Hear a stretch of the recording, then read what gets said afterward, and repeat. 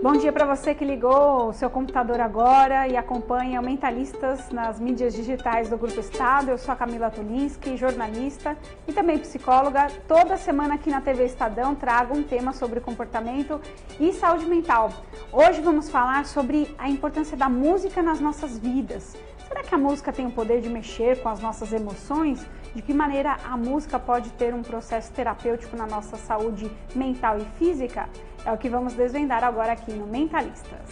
As principais questões da atualidade, analisados por especialistas renomados. Começa agora Mentalistas, com Camila Tulinski. E para falar sobre esse assunto, eu convidei o professor Raul Jaime Brabo, que é coordenador do curso de musicoterapia da FMU. Tudo bem, professor? Obrigada pela presença. Tudo bem, obrigado. Eu que agradeço. E aqui no nosso estúdio da TV Estadão, o meu amigo Dudu Braga, que é músico, baterista, filho do grande rei Roberto Carlos, né? E veio falar um pouquinho mais sobre a música nas nossas vidas e particularmente na vida dele. Tudo bem, Dudu? Seja bem-vindo. Obrigado, amor. Que isso. Obrigado a você aí pela oportunidade de estar junto com vocês aqui falando sobre música. É sempre bom. Muito bom. Bom, vou começar com você então de cara já, né? Que é o personagem aqui do nosso Mentalistas de hoje falando sobre música. Dudu, conta pra gente, qual que é a importância da música na sua vida, já que você vem de uma família de músicos, né? Conta aqui pra gente. Eu posso falar que até importância total, né? Sou filho de músico, né? Meu pai, começou lá atrás, há muitos anos, quando ainda os músicos, inclusive, sofriam muito preconceito. Isso é uma coisa que, graças a Deus, as pessoas vão entendendo, né, professor, que música é trabalho. E, aliás, muito trabalho, né? Porque tem gente que vive de música e a pessoa fala, e além disso você trabalha, que acho que é o que o professor também escuta. Você é professor, mas você também trabalha, né? Não é tão encarada como profissão. Assim. Exatamente. E assim, a música para mim tem uma importância enorme, acho que como para várias pessoas, né? A trilha sonora, cada um tem a sua trilha sonora da sua vida. Né? A minha é recheada de muito Roberto Carlos, nem poderia ser diferente, porque afinal de contas é meu pai, muitas lembranças. Mas acho que o mais legal para mim em relação à música, Camila, foi que eu aprendi a entender a música como trabalho desde cedo. Justamente como trabalho, e claro, como diversão, porque eu me divirto e trabalho com música. Né? Com a forma, vem do meu pai trabalhar, o nível de exigência que ele tinha em relação às produções, e isso era uma coisa que eu demorei para entender, porque justamente eu tô com 48 anos, então eu sou daquela época que eu via justamente, você faz música e faz mais o quê? Então ficava esse conflito, né? Entre o que é a música e o que é a diversão. Poxa, quem é músico não trabalha? E eu vi o meu pai suando a camisa pra caramba para fazer tudo direito e tensões como qualquer outro cara que trabalha.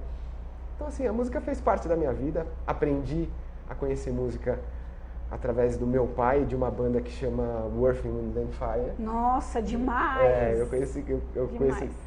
E depois vim conhecer outras coisas. Eu comecei a tocar bateria com 9 anos de idade, por causa do percussionista do meu pai, que chama Dedé.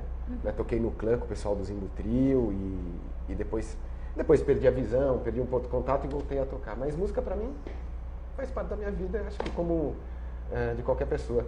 Para as pessoas que não trabalham com música, a música é mais uma diversão, né? Para mim é trabalho e diversão. E é tão bom a gente trabalhar com o que a gente gosta, né, Dudu? É um privilégio, né? Muito bom, é privilégio para poucos. Professor Raul, a gente indo para a parte da ciência, né? Existe um ramo do estudo e da ciência chamado musicoterapia, né? Que é uma profissão já e reconhecida no Brasil. Queria que o senhor falasse mais do ponto de vista científico também, né?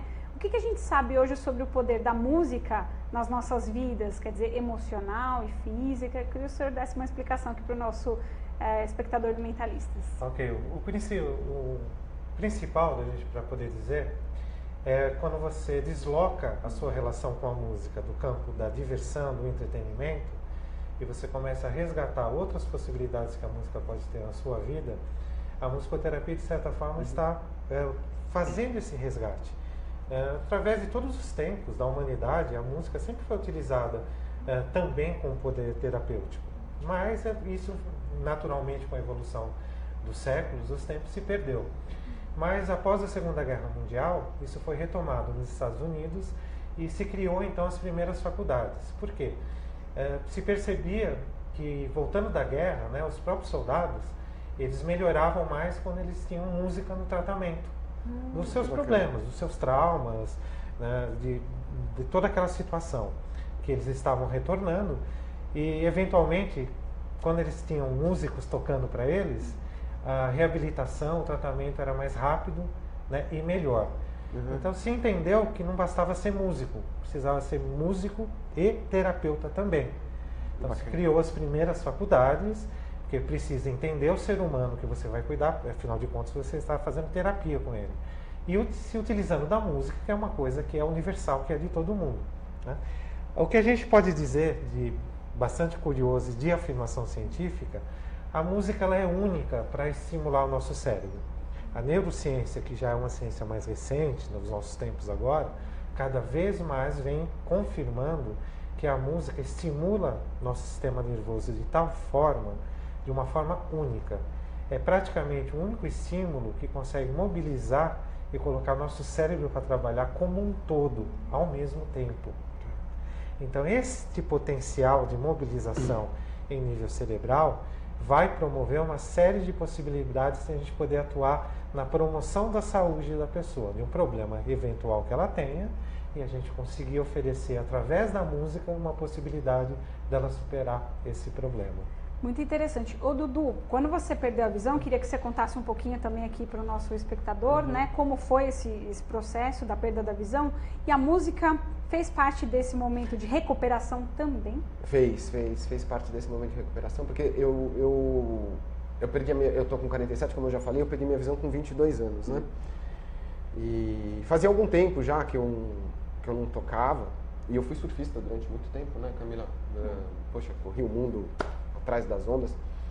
Pô, e foi um baque muito grande, claro, perder a visão, você se tornar cego não é fácil. E daí eu achei a minha bateria, que estava guardada ali uns 6, 7 anos, eu não tinha mais pego. E sei lá, aquilo me deu talvez o professor possa até explicar, assim, eu, dentro do meu instrumento, que é a bateria, né, que não é muito usual você ver cegos bateristas, eu sei que existem alguns, mas assim, dentro daquele instrumento, aquilo para mim teve um processo de independência, porque quando você se torna deficiente de qualquer forma, você começa a depender muito das pessoas, isso é absolutamente normal, né? A gente busca, o deficiente busca inclusive muito a independência, e dentro daquele meio ali, com caixas, tons, pratos, ali eu não precisava de ninguém, né? E até posso dizer assim, como eu acho que já comentei uma vez com você, como uma certa autoafirmação de masculinidade, né? Não de machismo, pelo amor de Deus, né? Sim, é diferente. É diferente, uma autoafirmação de masculinidade que esses esportes radicais, como o aerosurf, tinha na minha vida, que eu me considero um surfista ideologicamente até hoje, né? Mas nessa autoafirmação de masculinidade, né? De poder botar ali um pouco... Porque quando você toca, você bota o sentimento para fora, né? Não é pura e simplesmente... Claro que eu estudo, eu tenho a questão toda técnica, todo músico tem isso. Isso foi muito importante para mim, né? Eu sentia que ali eu era eu, não precisava de ninguém, meu mundo, minhas músicas e a minha independência, de certa forma, resgatada através da música. A gente tem, antes da explicação do professor aqui, um trecho de um vídeo do DVD do RC na Veia, que é a banda que você tem, né, com seus amigos músicos, em homenagem ao Roberto Carlos, ou Paizão, como você chama, né? Aliás, um beijo, Roberto. Estou te esperando um dia aqui na Mentalistas, né? Fazer o convite para ele também. Vamos colocar um trechinho aqui desse vídeo do DVD do RC na Veia, para você poder acompanhar com a gente. Vamos lá.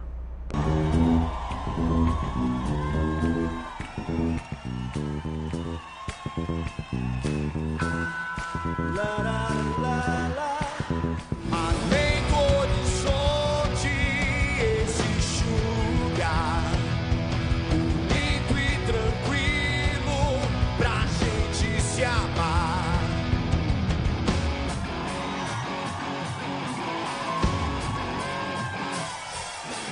Por isso resolvi agora dirigir de fora do meu coração. Com você não dá mais certo em ficar sozinha, minha condição é solução sim. Não temos condição, não. Eu ando sozinho e no meu caminho o tempo é cada vez menor.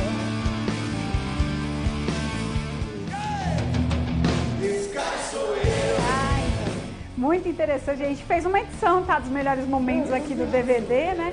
Para mostrar o Dudu atuando na bateria e, né, professora, esse monte, como diz o Dudu, é um emaranhado de instrumentos num só, a bateria, né? Você tem o prato ali, um bum, tatatá. Eu não sou especialista, e vocês, né, me corrijam se eu estiver errada, bum, nem sei se é isso. Mas enfim, e tem esse emaranhado de recursos sonoros que para uma pessoa que não enxerga, né, Dudu, é desafiador no mínimo, mas tem essa coisa da masculinidade que você falou, e acho que é um desafio também, né, para a pessoa. Como é que o senhor avalia, então, professor, diante de tudo isso, os desafios e como isso pode mexer com a pessoa nessa situação como o Dudu contou pra gente? Eu acho que o principal para a gente colocar em reflexão é que, assim, a deficiência também gera eficiência. Né? Porque, no caso, quando você tem uma privação sensorial, como no caso aconteceu com o Dudu, perdeu a visão, é natural que os outros órgãos sensoriais tenham um sistema de compensação. Ele passa a ficar mais sensível auditivamente, olfativamente, no tato, né? Então, tirar um pouquinho do olhar ao deficiente como um olhar pejorativo, o olhar do menos. E o ideal seria olhar com o igual, ou por que não com o mais? O que ele também tem como contribuição? O caso da bateria é bastante interessante pelo aspecto da espacialidade. Né? Então, como a espacialidade está muito vinculada à visão, então realmente tem esse aspecto curioso. Né? O aspecto motor de encontrar essa espacialidade para quem perdeu o vínculo visual é um desafio ainda maior do que quem, por exemplo, se você pegar Ray Charles como exemplo, entende que o teclado está ali debaixo da mão dele e está tudo ali. Né? Tem o tato, está ali sendo um ponto referencial. Se você tiver um instrumento de sopro, está na mão, o violão está na mão. Cantar, basta o seu corpo. Né? Mas a bateria, realmente, né? Ali tem um aspecto espacial muito desafiador. Claro que o fato dele já ter o contato na época que ele ainda tinha visão, ajuda muito. Né? O cérebro já estava preparado. Mas o desafio, depois ao perder a visão, de resgatar esse caminho do cérebro dele, as redes que estavam preparadas por isso, e complementar agora no novo desafio de vida que ele teve, né? Isso amplia as possibilidades, porque ele tem referências que um baterista normal não tem. Né? Então existe, além, a deficiência existe, uma necessidade especial existe, mas existe uma eficiência associada. Eu acho que é importante a gente olhar para esse lado também, né? Agora, o mais importante que ele comentou e comenta naturalmente, ele usou uma frase interessante. Ele falou: eu tenho a trilha sonora da minha vida. Todos nós temos. Essa trilha sonora desenvolve em todos nós o que nós chamamos de identidade musical ou perfil musical, que é onde o musicoterapeuta vai trabalhar. O musicoterapeuta trabalha individualizado com o seu paciente. Não existe regra geral. Uma música que vai relaxar, uma música que vai estimular. Vai depender de como a pessoa recebe essa música. Então, logo de cara, cientificamente, o que a gente tem comprovado, né? Por isso que existe uma faculdade para isso, a gente desenvolve nos nossos alunos o potencial de leitura clínica para que ele encontre os caminhos de cada pessoa. Cada pessoa que demonstra qual caminho dentro da música que vai favorecer as suas superações e os seus tratamentos. Ô Dudu, quando vocês decidiram fazer o RC na veia, e aí pegando esse gancho do professor que traz pra gente, né? Todos nós temos a trilha sonora das nossas vidas, né? Você cresceu ouvindo seu pai cantar. Total. Isso tem a ver com a criação também do RC na veia? Tem, porque assim, eu amo qualquer tipo de música, desde forró ao thrash metal. A gente tem sempre um olhar diferente, né, professor, inclusive sobre a música, por uma questão até técnica, vamos dizer assim. E é claro que, não tem jeito, eu sempre fui fã do meu pai, mas sempre fui fã, a coisa que eu mais gosto de tocar na bateria é o rock and roll, né? É o metal, né? Muitos bateristas vêm daí. Então eu resolvi juntar uma coisa com a outra, né? Porque tudo que eu ouço do meu pai me remete muito à minha infância, à minha adolescência. Eu via... Por exemplo, tem uma música do meu pai que é conhecidíssima, que é uma música do Antônio, Como Vai Você, né? Como vai você? Eu preciso... Essa música parece que eu volto no tempo lá para casa onde eu morava, no Morumbi, né? E com imagens muito claras, assim, daquela época. Eu lembro, inclusive, até de forma meio até melancólica, né? Porque às vezes a gente lembra da infância da gente de forma meio melancólica. Saudosista, assim. Saudosista, né? Uma coisa gostosa. Então, assim, meu pai fez parte da trilha sonora da minha vida total. E principalmente, agora tem épocas que eu gosto mais, né? O final da década de 60 e o começo da década de 70, que é o final da Jovem Guarda, e o começo de uma época que ele era muito influenciado, inclusive, por James Brown, pelo soul music americano, né? É a época que eu mais gosto das músicas do paizão, apesar de gostar de tudo. Suspeitíssimo pra falar também. Agora eu sou fã de Led Zeppelin, James Brown, de Purple, AC/DC, Red Hot Chili Peppers. Agora é interessante, né? Porque a relação dele direta, né? Mas ele, de certa forma, ele tem que ser muito generoso, porque assim, o Roberto Carlos vai fazer parte da trilha sonora do Brasil inteiro. Então, é isso, nesse caso, ele divide, ele é irmão de todo mundo nesse sentido. Porque como figura pública, como artista público, que é uma figura que os artistas exercem, né? Eles são os veiculadores das experiências das pessoas com a música. E isso fica na gente tanto quanto ele enquanto filho direto, né? Então a gente pode mobilizar afetivamente, emocionalmente, psiquicamente uma pessoa através da música do Roberto Carlos, né? Tão profundamente, tanto quanto é para ele que é filho direto. Eu queria tocar nesse assunto, professor, até usando o recurso das imagens mentais que a gente cria. O Dudu citou o Roberto Carlos. Eu, por exemplo, se eu escuto o Ray Conniff, eu lembro do meu pai no quintal da minha casa, construindo as coisas e fazendo reparos na casa, aquela coisa, né, de fim de semana, sábado e domingo. Então, para mim, se eu escutar Ray Conniff, imediatamente a música me leva para o quintal da casa onde a gente morava e me coloca naquela situação, como acontece com o Dudu, né? Ele é capaz de relembrar as situações ali quando ele escuta também. A música tem esse poder de criar essas imagens mentais, e até que ponto isso pode ser bom ou ruim também, dependendo do caso? Não, isso pode ser muito bom, principalmente em situações e momentos que as pessoas têm necessidades emergentes. Se você tem uma criança dentro do espectro autista, que ela tem dificuldade de comunicação com o mundo, a música ela acessa essas mesmas questões nela e através da música ela consegue se comunicar. A música passa a ser um facilitador da relação do mundo com essa criança e de ela ir se enquadrando com o mundo. Por quê? Porque tem as imagens mentais, tem diversos tipos de associações, né? Cada pessoa reage de um jeito e pode reagir de jeito diferente com a mesma música num outro momento. Mesmo que o Ray Conniff faça parte da sua identidade, sempre vai lembrar, resgatar a memória com seu pai, sua mãe, sua infância, mas o poder do momento quando você resgata que você ouve o Ray Conniff, uma coisa é você ouvir Ray Conniff dirigindo no carro e tal, mexe com tudo isso, mas ok, você está dirigindo.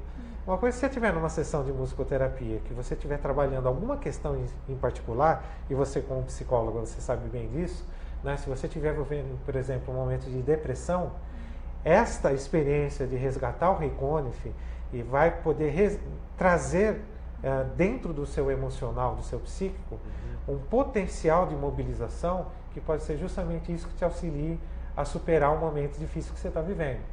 Então é muito produtivo, é muito positivo. Agora, você falou, mas pode ser negativo também? Eu defendo um ponto de vista, né? Eu acho que a música, acho que o Dudu vai concordar, ou ela faz bem ou ela faz mal. Acho que não tem uma música que não faz nada. Né? Uma música insípida, inerte, sem... Não tem umas músicas que não fazem nada, mas eu não vou comentar sobre o assunto. Mas isso é muito gosto pessoal também. Não vou poder. Mas assim, tem isso, porque o fazer mal da música a gente não percebe. Né? É diferente de você tomar um copo de água, água pura, límpida, legal, e eu chegar com um copo de água suja para você, né? Ou mal cheirosa, você não vai tomar. Você tem ali um filtro direto, que vai te fazer bem e que vai fazer mal. Música não, a gente vai ouvindo. Agora, posso fazer uma pergunta? Por favor. É que assim, o Mentalistas é um bate-papo. Vou usar um fato bem corrente, por exemplo. Uma pessoa que esteja passando por uma situação de desilusão amorosa. Estou falando isso porque... estou usando um caso bem antigo, pronto. Todos nós temos um caso de desilusão amorosa. E aí faz muito tempo, aí eu ouvi uma música do meu pai, triste, mas eu tive que desligar. Eu tive que desligar. Não estava me... Assim, veio uma dor junto com aquilo que eu estava ouvindo. Nesse caso não é recomendado, digamos assim, até do ponto de vista psicológico, terapêutico ou medicinal, aquela música vira tarja preta, Então, quando você... Assim, de medicamento? Você estava numa situação que você estava sozinho no enfrentamento dessa emoção. A música te mobilizou algo do teu passado, que veio muito forte. Você intuitivamente, você bloqueou. Não quero viver isso agora. Num processo terapêutico, você com acompanhamento profissional, pode ser justamente ao contrário. Pode estar no momento do processo, isso é sempre de pessoa para pessoa, e a gente tem que analisar o que está acontecendo. O que eu estou falando aqui não é regra para as pessoas. Tomar muito cuidado com isso. Mas num processo terapêutico em que precisasse trabalhar essa dor afetiva, essa dor emocional, ou supostamente um relacionamento que tenha deixado alguma coisa para você superar, daí, com o acompanhamento profissional, isso seria recomendado, porque essa dor viria e o profissional ajudaria você a elaborar essa dor.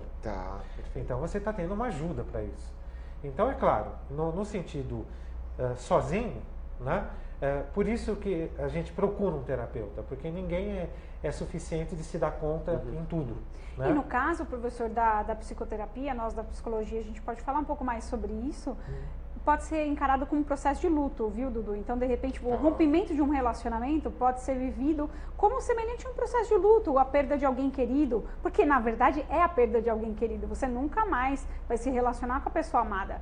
Então, talvez, professor, nesse contexto, a musicoterapia em sessão de psicoterapia possa ser muito positiva, né? A musicoterapia é muito parecida com a psicologia nesse sentido, porque ela é processual. A gente, às vezes, você vai fazer uma terapia porque você fala, não estou com nenhum problema evidente, mas eu quero me tornar uma pessoa melhor, me sentir mais equilibrado, mais seguro, você vai fazer. E durante o processo vão surgir coisas, é natural, mas tem um profissional te acompanhando e dando suporte para tudo que for acontecer.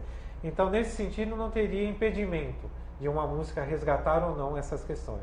No dia a dia, né, você fez uma análise ali e fala, não, eu não vou ouvir isso porque está vindo coisa demais para eu dar conta nesse momento. Então pronto. Mas só o fato de você ter revisitado isso, provavelmente já deve ter te fortalecido em relação a isso. Porque te colocou em contato com isso, sem você esperar. Né? Tanto que você pôde falar disso agora aqui e relatar para nós essa experiência. Não, com certeza. Eu estou conversando aqui no Mentalistas, recebendo no estúdio da TV Estadão o professor Raul Jaime Brabo, que é coordenador do curso de musicoterapia da FMU, e o nosso querido amigo Dudu Braga aqui, filho do Roberto Carlos, baterista, músico de mão cheia. E recomendo o DVD também do RC na Veia para você, internauta, assistir. Aliás, vou estimular uma pergunta aí para os nossos seguidores, né, gente? Qual música mexe com a sua vida? Qual que é a trilha sonora da sua vida? Você teve algum caso aí que você passou, também uma dificuldade, um rompimento amoroso, como todos nós sempre tivemos, né? E a música te ajudou? Você pode escrever o seu relato aí no Facebook do Estadão também. Dudu, você tem uma filhinha, né? De quase 2 aninhos. 2 aninhos já ficou completos. E você estimula ela nas músicas também? Como é que é a sua relação com a sua filha e a música? Olha, é muito legal, porque assim, eu tenho 3 filhos, né? E a Laura é a primeira que eu vejo sentar na bateria com uma certa desenvoltura. Eu tô falando isso, claro, que eu sei que é tudo muito precoce para qualquer análise, assim, mas meus outros filhos não sentaram na bateria. E ela não, adora. Né? Adora, com 2 aninhos já com toca? 2 aninhos. Toca, né? Faz barulho e canta, pega o microfone, adora cantar. Coisa que os meus dois primeiros filhos não faziam. Mas eu estimulo ela pra música. Eu acho super importante. Bota ela sentadinha no meu colo, ela dá umas baquetadas lá e ela adora cantar. Adora. É interessante essa relação entre pais e filhos, né? E como a música vai seguir as nossas vidas até o dia da nossa morte, né, professor? O interessante é assim, quando você tem essa herança musical na família, isso é intensificado, mas na realidade a música está tão presente na vida de todo mundo, né, que mesmo quando na família você não tem um músico profissional, ou a herança profissional da música, né, no caso familiar, todo mundo canta um pouco, né, todo mundo brinca um pouco, batuca na mesa, bate o seu pé acompanhando o ritmo, às vezes tem algum instrumento mesmo que herdou de família, mesmo não sendo profissional, e experimenta, né.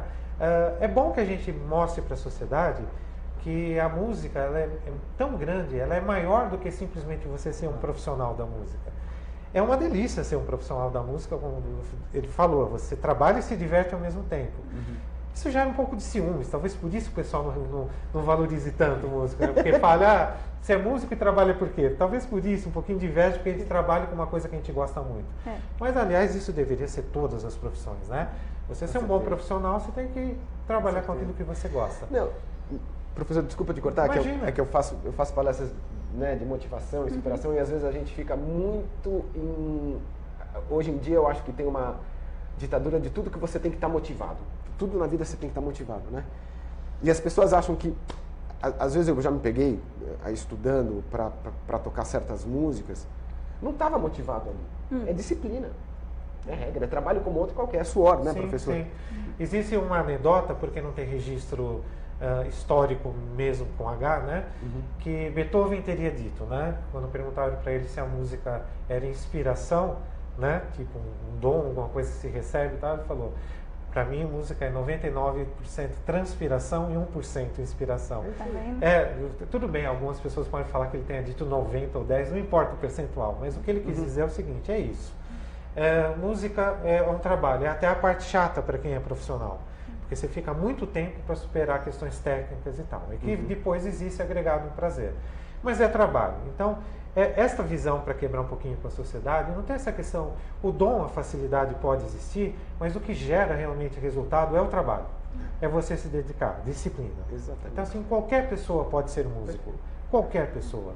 Não, a música não é excludente, a música é includente. Ô Dudu, por falar nisso, você ficou quanto tempo para fazer o DVD? 6 meses. 6 meses? 6 meses. Porque foi uma gravação ao vivo, né? Para as pessoas poderem entender. Quando você está no estúdio, você pode parar, voltar, refazer.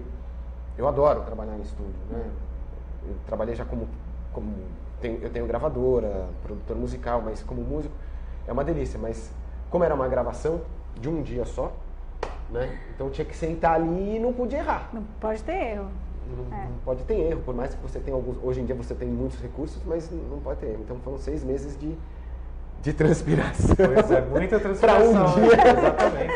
Mas é um dia que fica para a história, porque isso fica documentado. A gente pode assistir várias vezes, né? Com certeza. Professor, um outro aspecto da musicoterapia que acho que pode ser interessante, a música tem o poder de reabilitar fisicamente o indivíduo? Eu estou fazendo essa pergunta porque já fiz um mentalista sobre a música, o poder da música na vida das pessoas, e um colega nosso, o Marcelo Tiepe, que é jornalista, escreveu um livro. Ele teve câncer, um câncer maligno, deu metástase e tudo mais, e ele fez o tratamento de quimioterapia. E conforme ele fazia o tratamento de quimioterapia, ele ia ouvindo os Beatles. E ele dizia, poxa, ele até escreveu um livro sobre isso, o poder da música dos Beatles na reabilitação dele, é um momento de superação também de uma doença tão grave como o câncer em alguns casos. A música tem esse poder mesmo de causar um efeito orgânico nas nossas vidas? Sim, porque conforme a pessoa, o que a gente mobiliza nas pessoas é a pessoa facilitar que o potencial da música exerça a sua função. No caso, naturalmente, ele gosta muito de Beatles. Então, o fato dele fazer o tratamento, primeiro deslocar o foco da atenção dele no tratamento. Então, o que acontece? O cérebro dele está funcionando e mobilizando regiões do cérebro e funções do cérebro, outras, a não ficar focado simplesmente no problema. E com isso, o metabolismo é favorecido, os efeitos fisiológicos, a recuperação, todo o tratamento é favorecido. Então você conquista benefícios, né? Não é diferente do que aconteceu lá com o pessoal depois da guerra, né? Que observou que com música a coisa acontecia melhor, né? Esse fator da música, ter esse potencial de mobilizar, estimular o cérebro como um todo, o que acontece? Um tratamento comum sem a música vai acionar certas vias. Com a música, amplia a possibilidade. E o seu cérebro vai ter outros caminhos para encontrar as respostas às suas necessidades.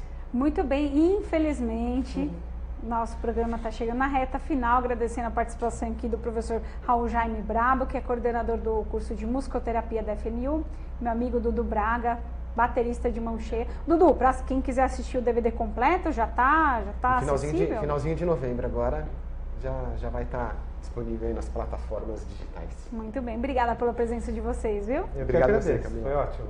Prazer te receber de novo, Dudu, no Mentalistas. Obrigado, Camila. Obrigado você, meu amor. Obrigada a você, internauta, que nos acompanhou até agora. Obrigada pela sua audiência. O Mentalistas volta na semana que vem, a partir das 11 da manhã na segunda-feira. Não perca. Obrigada pela sua audiência e até lá. Você ouviu Mentalistas com Camila Tulinski.